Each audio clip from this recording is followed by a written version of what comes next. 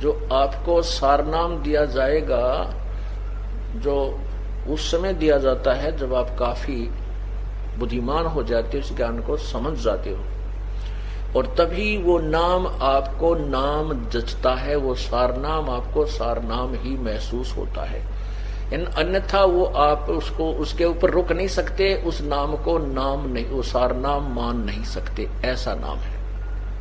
अब ये इसमें बहुत से ऐसे ज्ञान है, क्योंकि ये सत्संग में पहली कक्षा से लेकर के अंतिम पढ़ाई तक का ज्ञान सुनाया जाता है, और जो बच्चे पहली कक्षा के हैं वो पहली वाला ज्ञान सुनेंगे, समझते हैं, और जो उच्च कक्षाएं में हो गए हैं वो उस ज्ञान को भी साथ साथ समझ रहे हैं।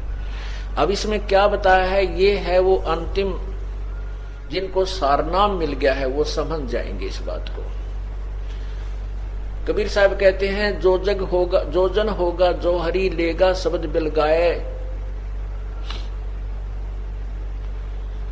जो जन होगा जौहरी वो लेगा शब्द परख।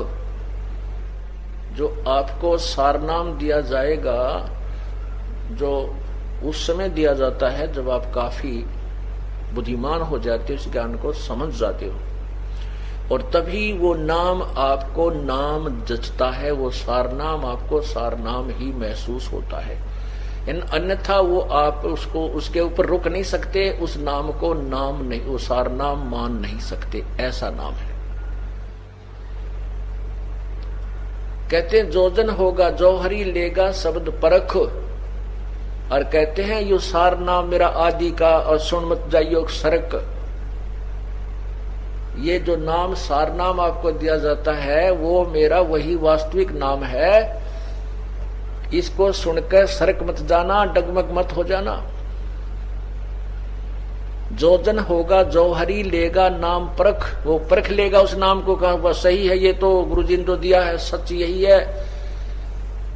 और ये कहते हैं यही नाम मेरा आदि का, और सुनकर मत जाइयो सरक, कहते डगमग हो जाओ, यो किसा सारना हो, यो ऐसा हुआ कर सारना, ऐसे मत सोचना।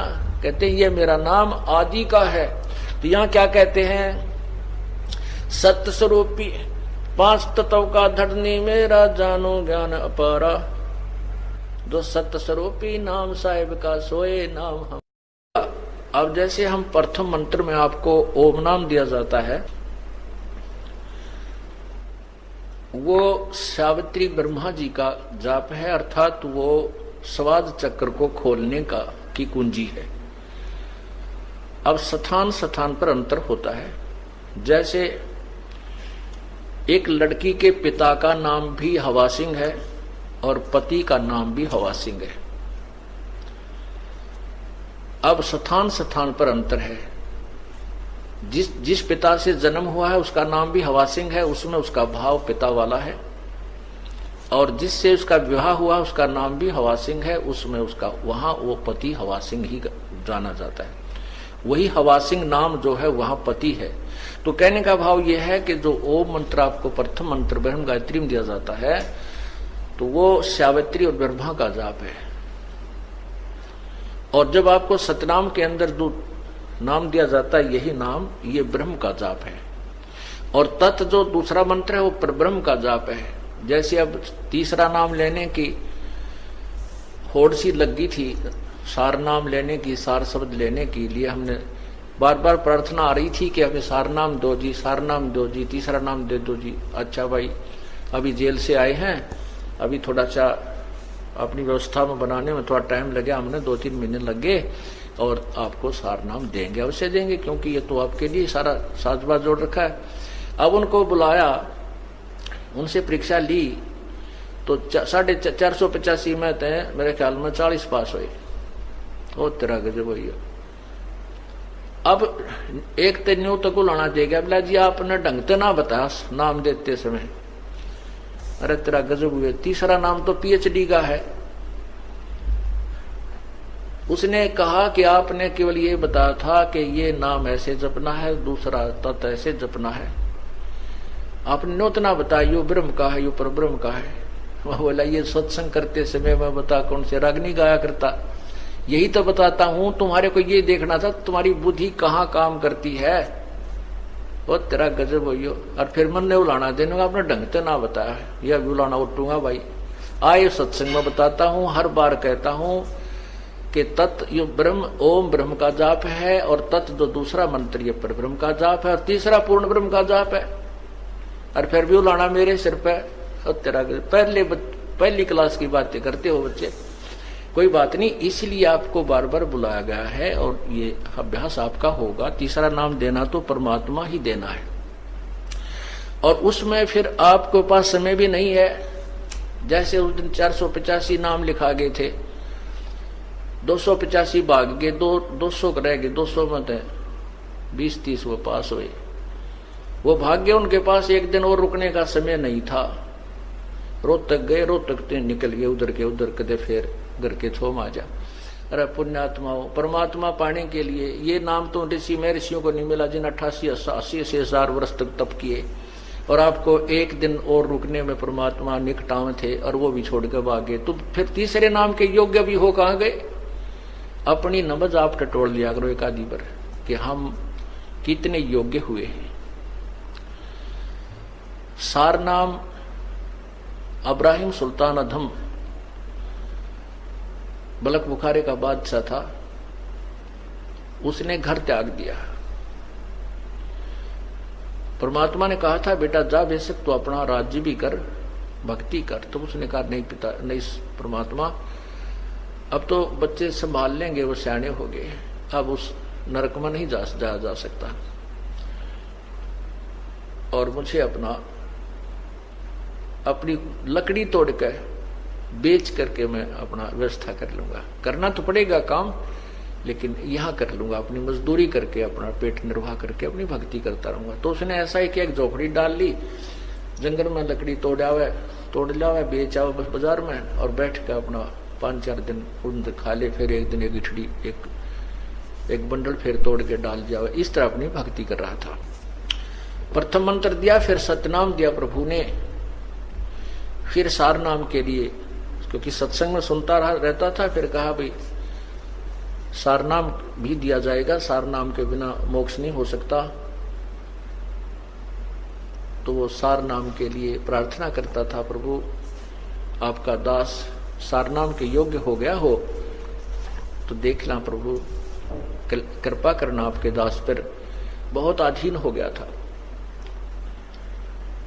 परमात्मा ने कहा भी अवश्य बेटा, नाम जब तुम योग्य हो जाएगा अवश्य नाम देंगे। तो एक दिन प्रभु ने कहा भी तुमको सार नाम दिया जाएगा, आप ऐसे ऐसे उस दिन वहां आना हमारे पास आश्रम में, या जैसे भी कोई स्थान निहित किया। अब उधर से परमात्मा ने अपनी एक शिष्या से कहा बेटी, क्योंकि जहां परमात्मा रहते थे, क्योंकि सतगुरु ना जाने कितनी बार आए हुए हैं, वो केवल कबीर नाम से प्रकट हुए हैं, कति आम्या सामी। तो आइए अब देखते हैं संत रामपाल जी महाराज जी के अध्यात्म ज्ञान को। 10वें अक्षय तरुण युग का वर्णन। अम्बु सागर पृष्ठ 44 पर परमेश्वर कबीर जी ने बताया कि हे धर्मदास, इस युग में उसी ब्रह्मांड में काल का कूरम था, उसको समझाया, उसने दीक्षा ली। वहां पर एक नरक है, उसमें 84 कुंड बने हैं, प्रत्येक कुंड पर यमदूतों का पहरा है, उनके 14 यम मुखिया हैं, उनके नाम बताए हैं। 14 यमों के नाम, नंबर 1 मृत्यु अंधा, क्रोधित अंधा, नंबर 3 दुर्ग अभिमाना, 4 मन करन, 5वां चित चंचल, 6ठा अपर बल, 7वां अंध अचेत, 8वां कर्म रेख, 9वां अग्निघंट, 10वां कालशेन, 11वां मनशामूल, 12वां भयभीत, 13वां तालुका, 14वां सुरसहार। परमेश्वर कबीर जी ने कहा कि मैंने सब यमदूतों को पकड़ लिया। फिर प्रत्येक कुंड में दूत जीवों को सता रहे थे। मैं वहां खड़ा हो गया। यमदूत उन नरक कुंडों में बड़े यानी बड़े प्राणियों को पकड़ पकड़ कर पीट रहे थे। उनमें 28 लाख नकली गुरु भी नरक भोग रहे थे। मुझे देखकर नकली गुरुओं ने बचाने की पुकार की। मैंने कहा कि तुमने मेरे जीवों को भ्रमित करके काल के जाल में डाला है, मेरा मार्ग छुड़वाकर काल मार्ग बताया है। आप भी यहीं पर नरक में पड़े हो, सड़ो। उन सब यमों को यानी दूतों यानी नकली कड़ीहारों यानी नकली दूतों को चोटी पकड़ पकड़ कर घसीटा पीटा। फिर उन नकली गुरुओं ने क्षमा याचना की, कहा कि हे परमात्मा, हमसे भूल हुई है, हम काल के वश हैं, हमारे स्वामी ने जो आज्ञा दी हमने पालन किया, हमारी गलती क्षमा करो। यह सुनकर मैं हंसा और कहा कि दूतों की बंद नहीं छुड़वाई जाएगी। उन कुंडों में जो नकली गुरुओं के शिष्य थे वे भी वही नरक भोग रहे थे। जब तक मैं वहां पर रहा तब तक सब जीवों को नरक की पीड़ा नहीं हुई। मेरे जाने के पश्चात फिर से वही यातनाएं उनको प्रारंभ हो गई। अक्षय तरुण युग में 5 लाख जीवों को मोक्ष प्राप्त करवाया। 11वें नंदी युग का वर्णन। अम्बु सागर पृष्ठ 49 तथा 50 पर परमेश्वर कबीर जी ने बताया कि हे धर्मदास, अब नंदी युग की कथा बताता हूँ। एक गुप्त मुनि था जो आंखें बंद किए ध्यान लगाए बैठा था। करोड़ वर्ष साधना करते बीत चुके थे। मैं उनके पास बैठ गया। जब ऋषि ने आंखें खोली तो उसने कहा कि आप कौन हैं? मैंने आज तक ऐसी शोभा वाला व्यक्ति नहीं देखा, शरीर का ऐसा रूप कभी नहीं देखा। कहा, आप कौन हो, कहाँ से आए हो? मैंने उत्तर दिया कि मैं सतलोक से आया हूँ। सतलोक की व्यवस्था बताई तो गुप्त मुनि ने लोक देखने की प्रबल इच्छा व्यक्त की। मैंने गुप्त मुनि की कई बार परीक्षा ली तो वह प्रत्येक बार सही निकला। फिर उसको प्रथम चरण वाली मंत्र दीक्षा दी। जब उस मुनि की अधीनता देखी, मेरे चरण पकड़कर सतलोक दर्शन की प्रार्थना की तो उसको उसी जगह यानी सतलोक ले गया। प्रथम उसको मान सरोवर दिखाया। वहां पर सुंदर स्त्रियां यानी कामनी थी जो एक समान सुंदर थी। उनके शरीर की शोभा ऐसी थी जैसे 4 सूर्य शरीर के ऊपर लपेट रखे हों, यानी उनके शरीर का प्रकाश 4 सूर्यों के समान था। यानी मान सरोवर पर स्त्री और पुरुष के शरीर का प्रकाश 4 सूर्यों के प्रकाश के समान होता है। सत्यलोक में स्त्री और पुरुष के शरीर का प्रकाश 16 सूर्यों के प्रकाश के समान हो जाता है। वे वहां आनंद से बातें कर रही थी। मान सरोवर के घाटों पर ऐसी सीढ़ी यानी स्टायरकेस बनी थी जैसे उनके ऊपर चांद और सूरज चिपका रखे हों। मान सरोवर के अमृत जल में ऊंची ऊंची लहरें उठ रही थी जैसे सूर्य ही उस जल में मिल गया हो। ऐसा सुंदर रंग उस जल का है। वहां पर वे सर्व स्त्रियां उस समय स्नान कर रही थी। स्नान करते समय उनका रूप और भी चमक रहा था। स्थान स्थान पर अन्य स्त्रियां गाने गा रही थी। यह दृश्य देखकर गुप्त मुनि का मन ललाहित हो गया यानी ललायित हो उठा। ऋषि का मन उनकी शोभा तथा मान सरोवर का नजारा देखकर व्याकुल हो गया। मान सरोवर के चारों ओर भांति भांति की फुलवाड़ी थी। उनको देखकर लगता था जैसे पौधों पर उड़गन यानी तारे तथा रवि यानी सूर्य लगा रखे हों। यह शोभा देखकर गुप्त मुनि मेरे चरणों से लिपट गया और कहा कि हे साहब, अब मैं यहाँ से नहीं जाऊँगा। ऐसे स्थान पर आपकी कृपा बिना फिर नहीं आ पाऊँगा। सतगुरु वचन चौपाई यानी पृष्ठ 51 तथा 52। कबीर परमेश्वर जी ने बताया कि हे धर्मदास, सतलोक देखकर जो स्थिति तुम्हारी हुई थी वही स्थिति गुप्त मुनि की हो गई। मैंने उनसे कहा कि अभी तो आपको प्रथम नाम दीक्षा दी है। जब तक सार नाम प्राप्त नहीं होगा और उसकी साधना पूरी नहीं करोगे तब तक यहाँ स्थायी विश्राम नहीं मिल सकता। अब आप अपने स्थान पर जाओ। फिर हम दोनों गुप्त मुनि के स्थान पर आ गए। गुप्त मुनि ने मेरे से यानी कबीर परमात्मा से कहा कि आपके उस स्थान को मैं कैसे प्राप्त कर सकता हूँ, मुझे वह विधि बताने की कृपा करें। मैं उसकी प्राप्ति के लिए जो भी साधना तथा कुर्बानी करनी पड़ेगी वही करूँगा। मैंने गुप्त मुनि को सत्य नाम की दीक्षा दी। अति आधीन देखकर उसको सार शब्द देकर सतलोक ले गया। वहाँ के हंसों यानी भक्तों से मिलकर अति प्रसन्न हुआ। मेरा कोटि कोटि धन्यवाद किया। कहा कि आपकी कृपा के बिना भगवान न तो सत्य ज्ञान मिल सकता है न भगवान। आप ही करुणा के सागर हो, आप ही मोक्षदाता हो, आप ही वास्तव में पूर्ण ब्रह्म विधाता हो। सतलोक में आपके शरीर की शोभा देखकर दर्शन करके युगों की प्यास शांत हो गई है। इस युग में केवल एक हंस की मुक्ति कराई।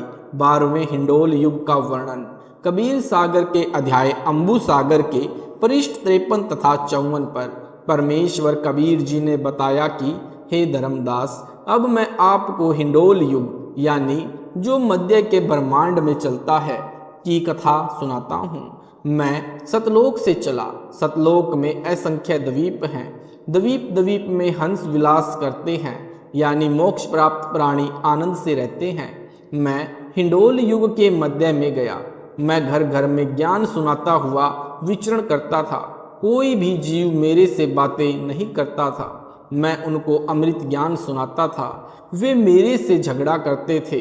धीरे धीरे उनको समझाया, लाभ लोभ देकर शरण में लिया। 7 लाख जीवों ने दीक्षा ली, उनको सत्यलोक भेजा। 13वें कंकवत युग का वर्णन। कबीर सागर के अध्याय अम्बु सागर पृष्ठ 55 पर परमेश्वर कबीर जी ने बताया कि हे धर्मदास, जब काल निरंजन को पता चला कि कोई सतलोक से कड़िहार यानी जीव मुक्त करने वाला सत्पुरुष का भेजा अंश आता है, उसने अनेकों जीवों को हमारे जाल से छुड़ा लिया है। कंकवत युग में काल ब्रह्म स्वयं एक गुप्त मुनि का रूप बनाकर बैठा तपस्या कर रहा था। करोड़ों जीवों को नाम देकर मूर्ख बनाए उनका गुरु बनकर बैठा था। गुप्त मुनि ने मेरे को देखकर पूछा कि आप इस लोक के निवासी नहीं हो, कहाँ से आए हो, कृपया बताएं।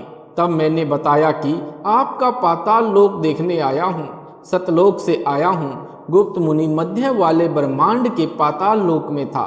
मैंने यानी कबीर परमात्मा जी ने उसको समझाया कि तुम काल हो, तूने परमेश्वर के जीवों को सता रखा है, पाप का भागी हो रहा है।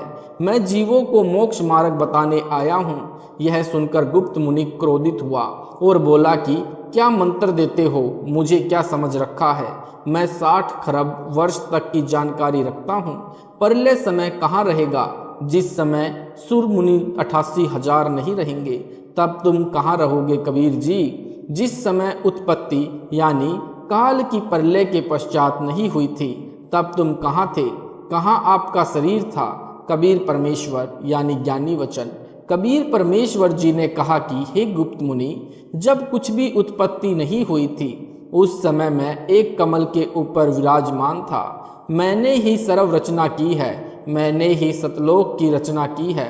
जो मन को आकर्षित करता है, मैंने ही षोडश यानी 16 अंश उत्पन्न किए थे, यानी अंडे से तेरी उत्पत्ति भी मैंने की थी। तूने तो मुझे पहचाना नहीं। कबीर परमेश्वर जी ने कहा कि हे अहंकारी, अब बोल। यह बात सुनकर काल मेरे साथ युद्ध करने लगा। उसको मैंने शब्द शक्ति से घायल किया। वह उठकर भागा और अपने 21वें ब्रह्मांड में जाकर छिप गया। उसके पश्चात उस मध्य के ब्रह्मांड में बने 3 लोकों में प्रलय हो गई। इस कंकवत युग की अवधि 35 लाख वर्ष होती है। मनुष्य की आयु 1 लाख वर्ष होती है। मनुष्य के शरीर की ऊंचाई 80 हाथ यानी सैकड़ों फुट होती है। 14वें तरंग में चारों युगों का यानी चारों युगों का वर्णन। अध्याय जम्बू सागर पृष्ठ 58 पर धर्मदास वचन। धर्मदास जी ने कहा कि हे परमेश्वर, मुझे चारों युगों की कथा सुनाने की कृपा करें। सतगुरु वचन।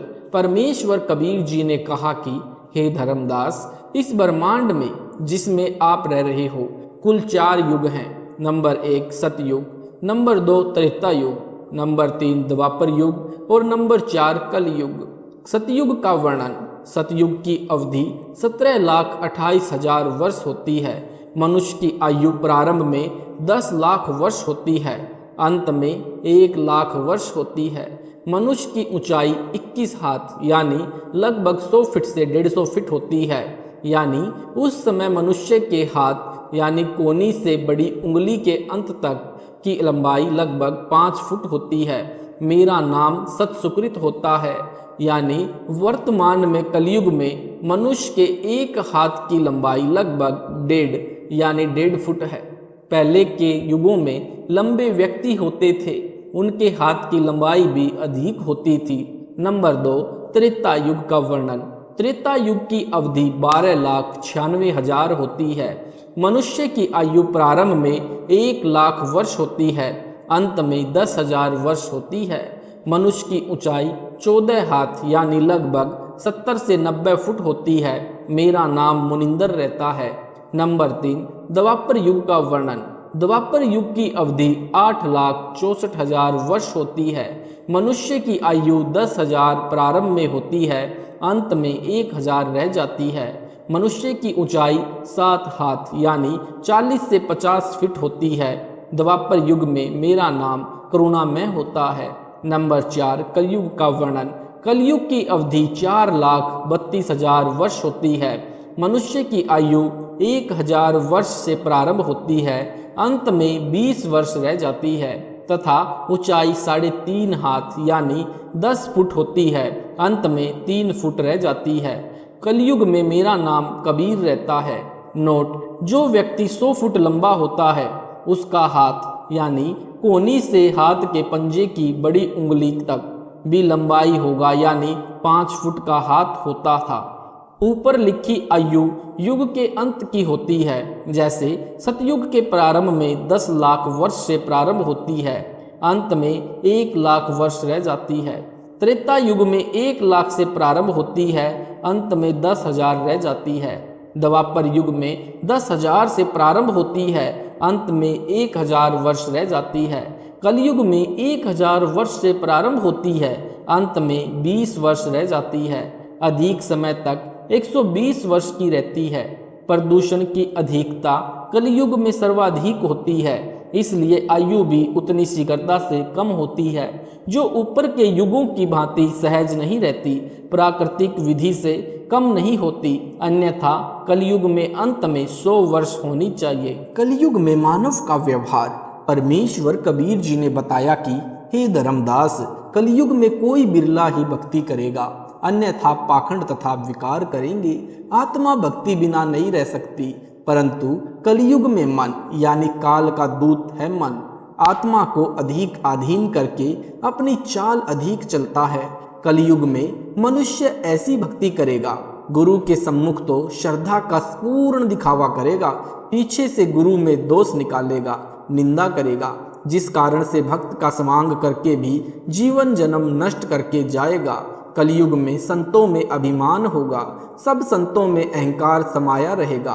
अहंकार काल का दूसरा रूप है, मन अहंकार का बर्तन है। कोई बिरला साधु होगा जो अहंकार से बचेगा। अधिकतर साधु दूसरे साधु को देखकर ईर्ष्या करेंगे, इसलिए 84 लाख प्राणियों के जन्मों में भटकेंगे। घर घर में गुरु बनकर जाएंगे, अपनी महिमा बनाएंगे। सतगुरु यानी तत्वदर्शी संत को देखकर जल मरेंगे। चौका बैठ यानी पाठ करने की आसन पर बैठकर बहुत फूलेंगे। स्त्री देखकर तो कुर्बान हो जाएंगे। जब भी किसी घर में जाएंगे तो सुंदर स्त्री को देखकर अभद्र संकेत आंखों से करेंगे, फिर बनावटी उपदेश करेंगे। प्रसाद वितरित करते समय भी भेदभाव करेंगे। धर्मदास सुन वचन हमारा, कलयुग में साधुन के व्यवहारा। चौका बैठ करे बहु शोभा, नारी देख बहु मन लोभा। देख नारी सुंदर नैना, ताको दूर से मारे सेना। जिसको अपना जाने भाई, ताको दे प्रसाद अधिकाई। मुक्ति मुक्ति सब संत पुकारे, सार नाम बिन जीवन हारे। नी अक्षर वाकी है बाटी, बिना मम अंश न पावे घाटी। दया धर्म ओरा बतलावें, आप दयाहीन करद चलावें। कलयुगी साधु ऐसे बेशर्मा, करावें पाप बतावें धर्मा। और कहूँ भक्तन की रीति, मम अंश से द्रोह काल दूत से प्रीति। जो कोई नाम कबीर का गही, उनको देख मन में दही। लोभ दे निज सेव दृढ़ाई, चेला चेली बहुत मनाई। पुतीन यानी पुनि तीन संग कुकर्म करही, कर कुकर्म नरक में परही। जो कोई मम संत शब्द प्रकटाई, ताके संग सभी राड बढ़ाई। असाधु महंतन करणी, धर्मदास मैं तो से वर्णी। अम्बु सागर तुम सन भाषा, समझ बूझ तुम दिल में राखा। धर्मदास सुनाया ज्ञाना, कलयुग करे चरित्र बखाना। जब आवे ठीक हमारी, तब हम तारे सकल संसारी। आवे मम अंश सत्य ज्ञान सुनावे, शार शब्द को भेद बतावे। शार नाम सतगुरु से पावे, बहुर नहीं भवजल आवे। नोट: अम्बु सागर पृष्ठ 63 पर जो 4 गुरुओं के प्रकट होने का प्रकरण है, यह गलत है। ठीक वर्णन अध्याय कबीर चरित्र बोध पृष्ठ 1863 पर तथा ज्ञान बोध पृष्ठ 35, अनुराग सागर पृष्ठ 104, 105, 106 पर है। अम्बु सागर के पृष्ठ 54 से 67 तक सामान्य ज्ञान है, जो पहले कई बार दोहराया गया है। सत साहेब जी, अगर आपको वीडियो अच्छा लगा है तो वीडियो को लाइक करें, शेयर करें, कमेंट करें। यूट्यूब पर ऐसे ही वीडियो देखने के लिए हमारे चैनल सतलोक इन संत रामपाल जी महाराज जी चैनल को सब्सक्राइब जरूर करें। सत साहेब जी, मिलते हैं अगली वीडियो में।